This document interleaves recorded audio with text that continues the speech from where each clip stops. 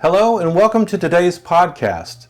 Today we're going to be discussing the online check-in process for your Disney cruise. Yeah, so we're going to be using the Disney Cruise Line website to walk you through that process.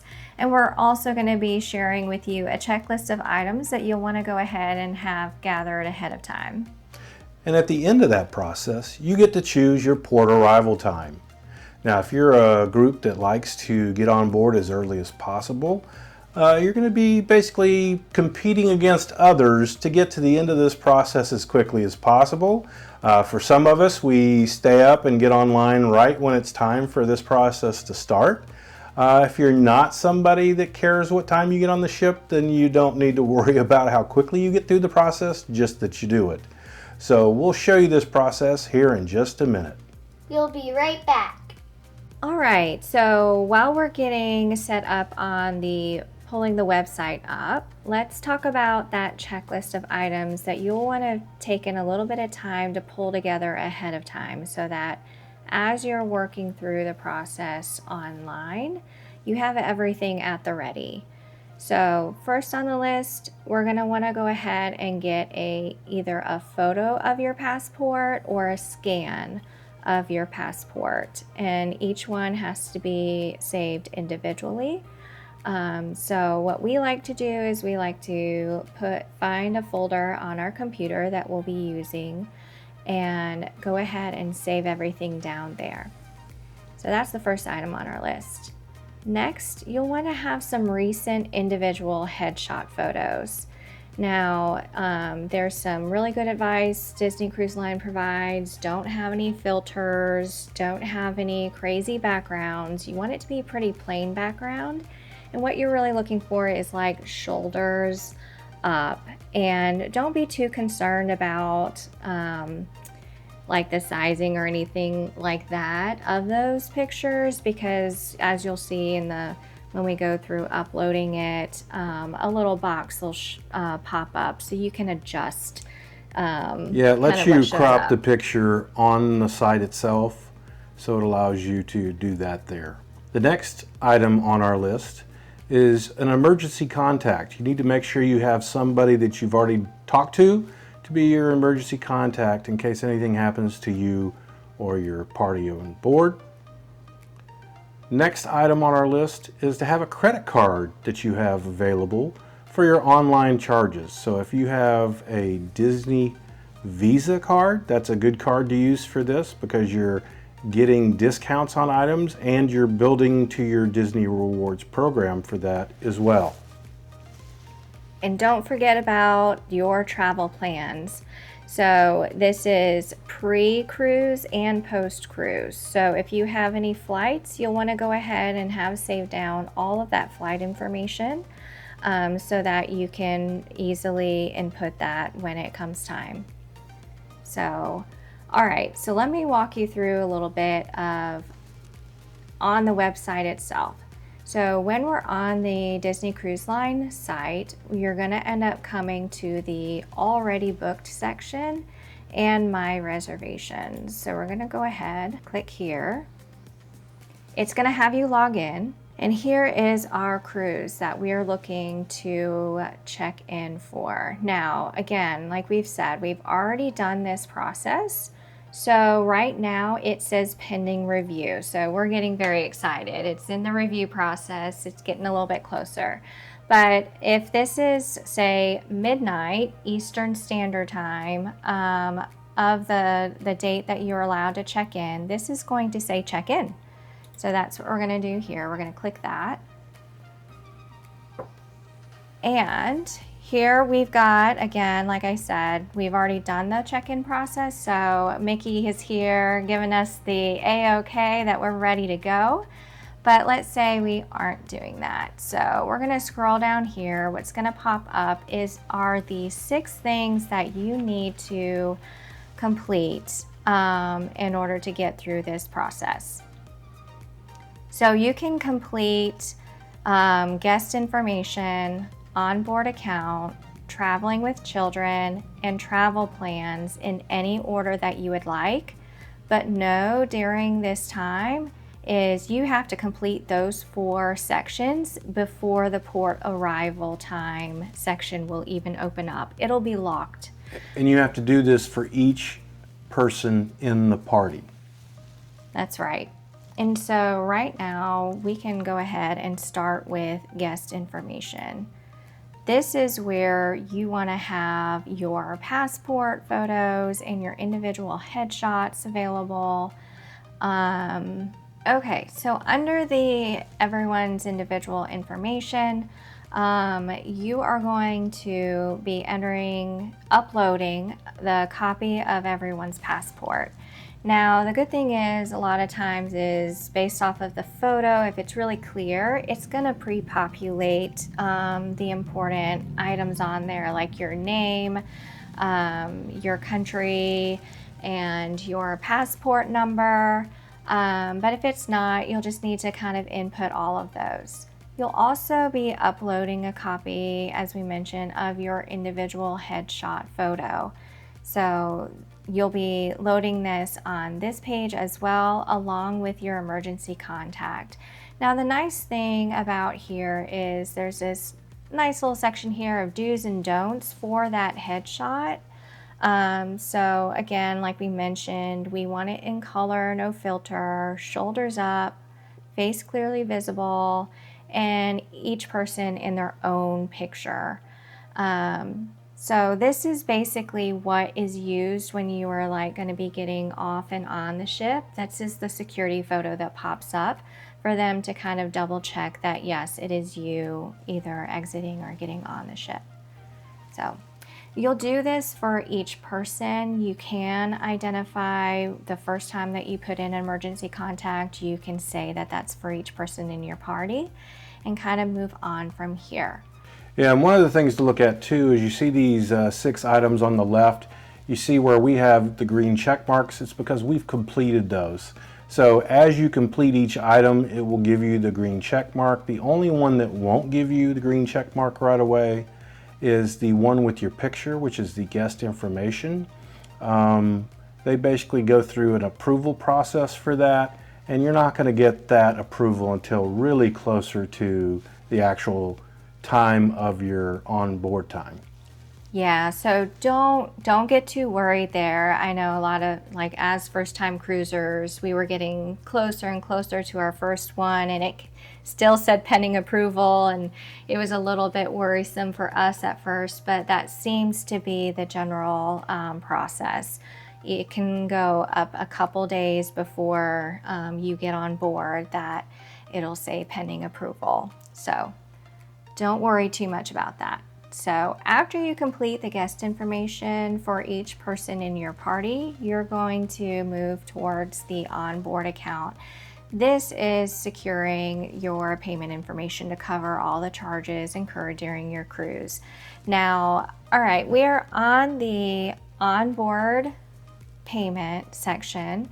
Now this is the really helpful piece here is up above we've entered in our information, and here you can say Mike is going to cover everything for himself, for me, and for our daughter Mackenzie. And you can also say who is allowed to charge to this card.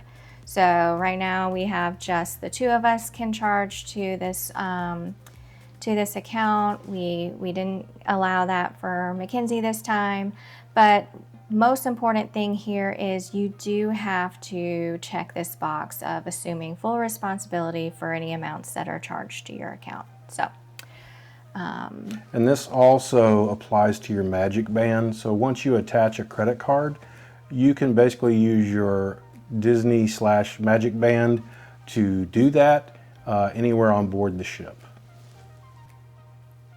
Okay, next we're going to be looking at traveling with children. So very helpful section here is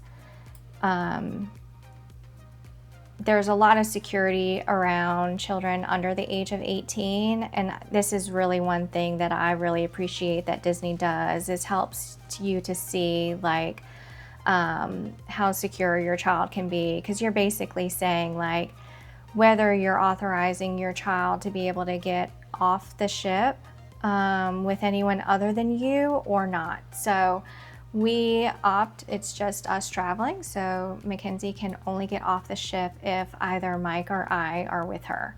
And then we also, in this section, go ahead and sign her up for the youth club. There's some policies and procedures that you have to kind of agree to here. This is also where you're going to set up a password. This is for the kids club, the Oceaneers Club for Mackenzie. Yeah, and this is up to age 10. So this is just that Oceaneers Club.